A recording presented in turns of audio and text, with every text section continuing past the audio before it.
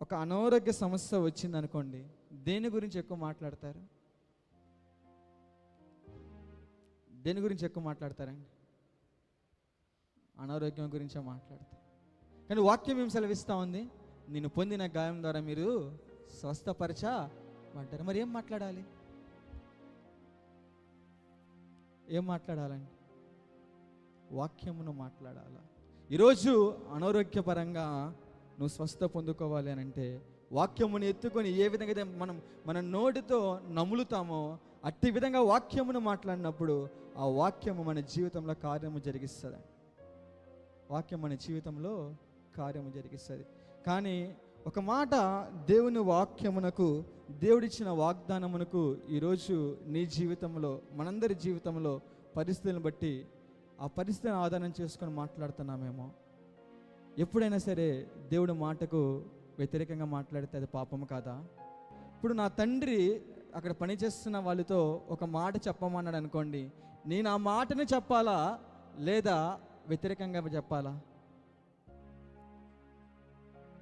మరి ఈరోజు ఆకాశము నాదే, ఈ భూమి నాదే, ఈ భూమి నేను ఎవరికి ఇచ్చాడండి? నరులకి ఇచ్చున్నాను. మరి ఎవరి మాట మాట్లాడుతూ ఉన్నాం? ఎవరి మాట మాట్లాడుతూ ఉన్నాం ఈరోజు?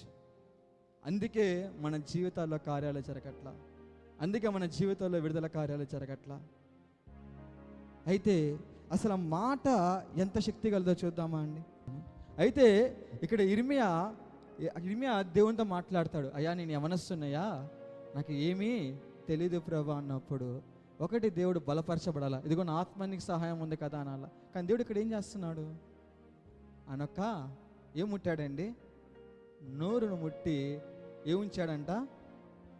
మాటలు ఉంచాడు. ఆ మాటలు ఏం చేస్తాయంట? మొదటిగా పెళ్ళగిస్తాయి, రెండోది విరగొడతాయి, మూడోది నశింపజేస్తాయి, నాలుగోది పడద్రోస్తాయి, 5 కట్టుటకును, 6 నాటుటకును. మనం మాట్లాడే మాట చాలా జాగ్రత్తగా ఉండాలి.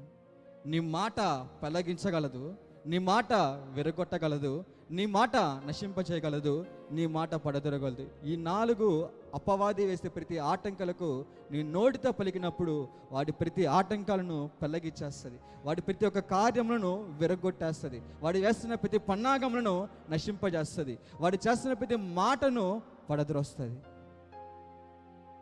అవి చేస్తూ ఇంకా ఈ మాటలు ఏం చేస్తాయి తెలుసా? కడుతాయంట, తర్వాత నాటుతాయంట. మరేం చేస్తా ఉన్నాం ఈరోజు?